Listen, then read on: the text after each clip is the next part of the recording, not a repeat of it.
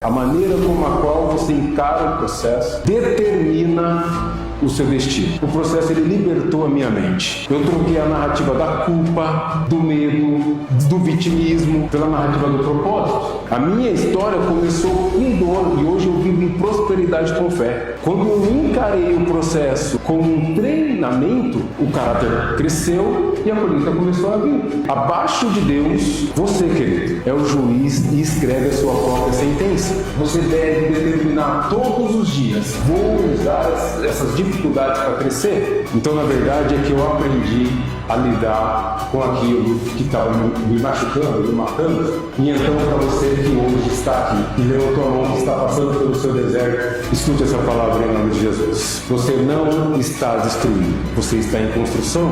Permaneça fiel no processo e você verá e viverá a promessa.